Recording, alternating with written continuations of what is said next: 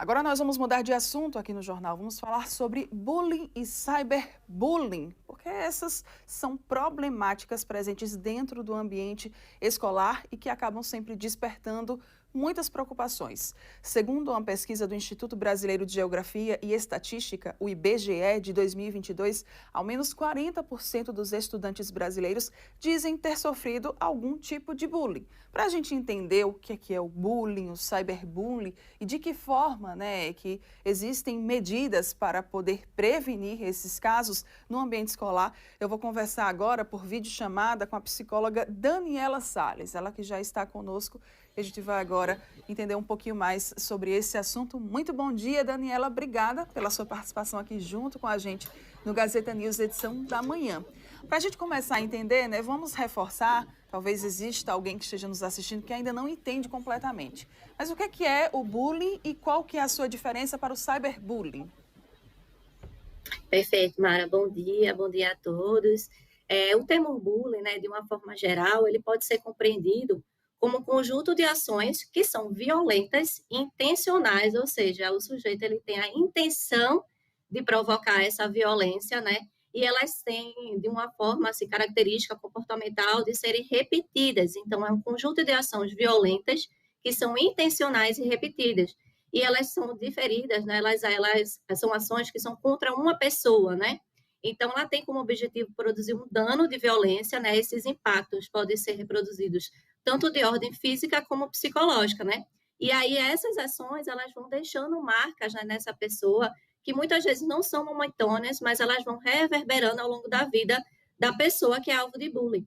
E aí, fazendo uma diferença para o nosso contexto atual, o cyberbullying, que hoje ocorre dentro das mídias sociais, dentro das plataformas que pode ser de mensagem, de jogos, de celulares, ela tem a mesma característica assim do bullying, São ações que são violentas e intencionais e são repetitivas, E elas são protagonizadas dentro desse espaço que é o espaço digital, Que está sendo assim, tendo tido um impacto muito maior, nessas gerações que são nascidas aí a partir desse século, dentro dessa geração do século XXI, a partir de 2010, mais especificamente. Foi até bom você citar essa questão do cyberbullying, porque ele acaba tendo até uma amplitude muito maior, uma expansão muito maior das consequências, devido a exatamente esse alcance que a internet ela acaba tendo.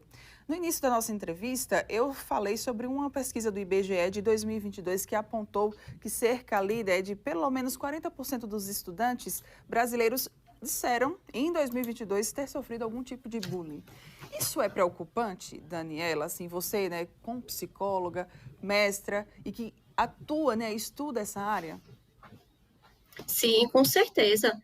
A gente vê também pesquisas mais recentes do Datafolha, que vai trabalhar com a juventude do público aí dos 15 aos 29 anos, que vai falar que 80% desses jovens, para a gente entender como o impacto é ainda maior, eles vão relatar que tiveram, em algum momento, problemas de saúde mental recente, E dentro desses jovens, 56%, 66%, fazendo uma correção, eles tiveram pensamentos negativos, ao longo da sua fase de vida. E mais da metade desses jovens, eles vão destacar que a sua saúde mental tem sido caracterizada como algo do péssimo, ao ruim, dentro dessa perspectiva. Então, o que é que isso impacta, para a gente pensar esses dados, assim, das pessoas que têm sofrido bullying, da sua quantidade, é que existe também uma perspectiva muito maior, de quanto que essa geração está adoecida também, emocionalmente, dentro de aspectos que, segundo a OMS, tem um dado muito grande do Brasil de ser um país, ocioso e depressivo, e como isso impacta nessas gerações que têm esse acesso à tecnologia, Então, a falta desse direcionamento também produz adoecimento, que produz esse agravo maior dessas microviolências, que a gente vai chamar, que é o bullying, o cyberbullying. Então, eu sempre tento entender que o aumento desses estudantes, que relatam, 40% desses estudantes que relatam que sofreram bullying, também existe esses 80% dos jovens que falam sobre a condição de saúde mental que está precária. Então, para entender assim, existe um fechamento, uma conta que ela vai se repetindo, esse ciclo assim de produção de adoecimento também. Verdade. E bem, muito, né, desse bullying ele acontece no ambiente escolar. A escola ela pode adotar medidas de alguma forma para tentar prevenir ou até mesmo para tentar diminuir esse número, né, relacionado ao bullying, Daniela? Sim, com certeza, assim, né, na rede estadual do Maceió, a gente tem um programa de educação socioemocional, né, da Hug Education, junto em parceria com o governo do estado, né, de Alagoas, e dentro da BNCC, né, que é a Base Nacional Curricular Comum, ela vai falar justamente esse alicerce, né, que a gente pensa que essas denúncias, né, que foram conferidas, inclusive, né, pela captação desses casos de cyberbullying, essas agressões, esses bullies acontecem dentro do espaço escolar. Então, a BNCC, né, e o Fórum Econômico Mundial, né, constatou, né, que existe uma perspectiva, né, que a gente precisa ampliar a noção, né, de formação desses sujeitos que não sejam apenas cognitiva, mas de desenvolvimento emocional. Então, a educação socioemocional, que é um dos pilares para a gente trabalhar, né, a prevenção, né, e o trabalho em cima do bullying, ela vai trabalhar competências emocionais que vai fazer com que o sujeito, né, consiga entender processos, né, emocionais seus que a gente falou, né, nesses dados conferidos pelo Datafolha, desses sujeitos que também estão adoecidos, de aprender a gerenciar suas emoções, né, a trabalhar as relações interpessoais, a tomar decisões responsáveis, a respeitar as diferenças e a convivência em grupo. Não existe uma metodologia da educação socioemocional que vai atuar no trabalho em prevenção em saúde mental de crianças e adolescentes dentro desse espaço escolar e que vai impactar na diminuição dessas violências nesses espaços também. A gente já tem no ambiente jurídico, né, assim, leis que realmente punem essa questão do bullying, mas muitas vezes as marcas, elas vão além apenas das marcas físicas. Muitas vezes as cicatrizes emocionais, elas ficam ali, elas perduram por um bom tempo. É interessante também, né, que além do ambiente escolar, a família desse aluno que infelizmente ela que tenha sofrido, né, o bullying, também busque um acompanhamento psicológico para ajudá-lo, né, a de alguma forma superar esses acontecimentos. Sim, sim, com certeza.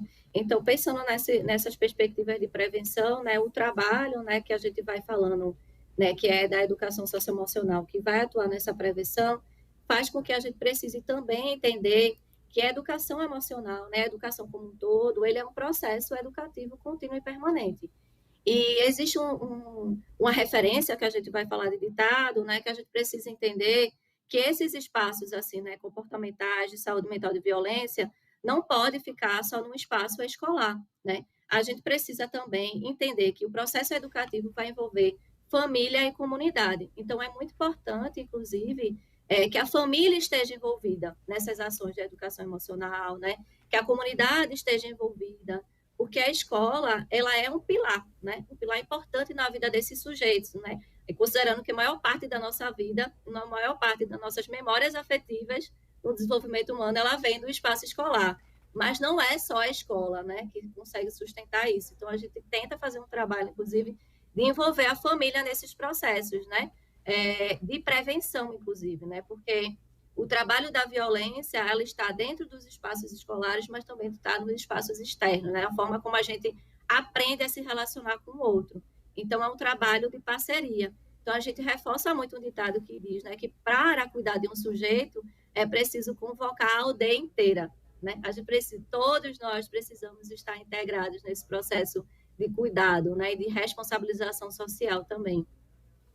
Muito bem, então para a gente já se caminhar aqui para o final desse nosso breve bate-papo, eu queria saber se vocês já têm, né, alguns resultados de como é que está sendo a implantação da educação socioemocional nessas escolas estaduais aqui, né, de Alagoas.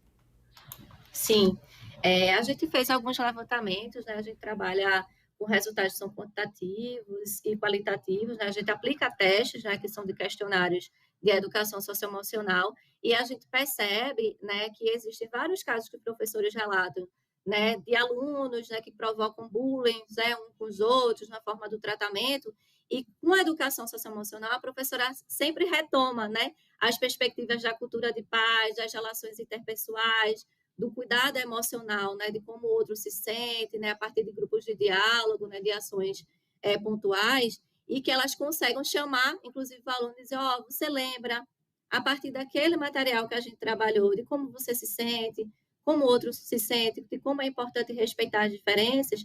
Então, existem vários relatos, né, dentro da nossa metodologia, e os professores começarem a perceber que, ampliando a consciência emocional, os alunos conseguem enxergar melhor a forma como o outro se sente. E até de reconhecer, assim, de, você viu como aquele coleguinha está triste? Vamos deixar ele, vamos respeitar, vamos acolher, dar um abraço.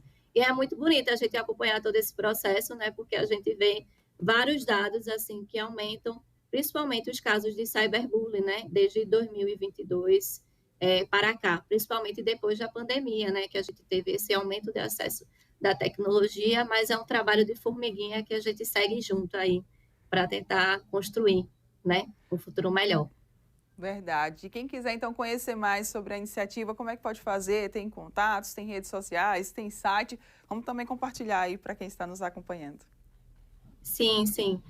A gente tem o nosso Instagram, né, que é a Hug Education, né, @Hug Education, né, que vocês podem estar acompanhando e que a gente faz todos esses relatos. Tem relatos de diversos professores, né, do nosso próprio material, do que é o bullying, do que são as emoções, né, e que em parceria com o governo do estado a gente está fazendo, né, essas relações, esses compartilhamentos, inclusive disso que você falou, desses dados. Então, quem quiser estar acompanhando nossas ações, ou se você tem um filho, né, que está dentro da escola, procura saber, né, qual é o livro que o seu filho está consumindo, acompanha um pouco esse material, trabalhar junto com essa história, que é muito importante para a gente também, né, vocês estarem próximos à nossa metodologia, principalmente. Ok, Daniela, muito obrigada pela sua participação aqui junto com a gente no Gazeta News edição da manhã e por trazer essas informações sobre esse tema, esses dois temas que são muito pertinentes e que eu tenho certeza que ajudou bastante quem está nos acompanhando. Obrigada, tá? Muito obrigada. Tchau. Bom dia, tchau, tchau. Bom dia. Bem, agora nós vamos para um rápido intervalo e daqui a pouco o Gazeta News edição da manhã está de volta trazendo mais notícias e informações para você que está nos acompanhando.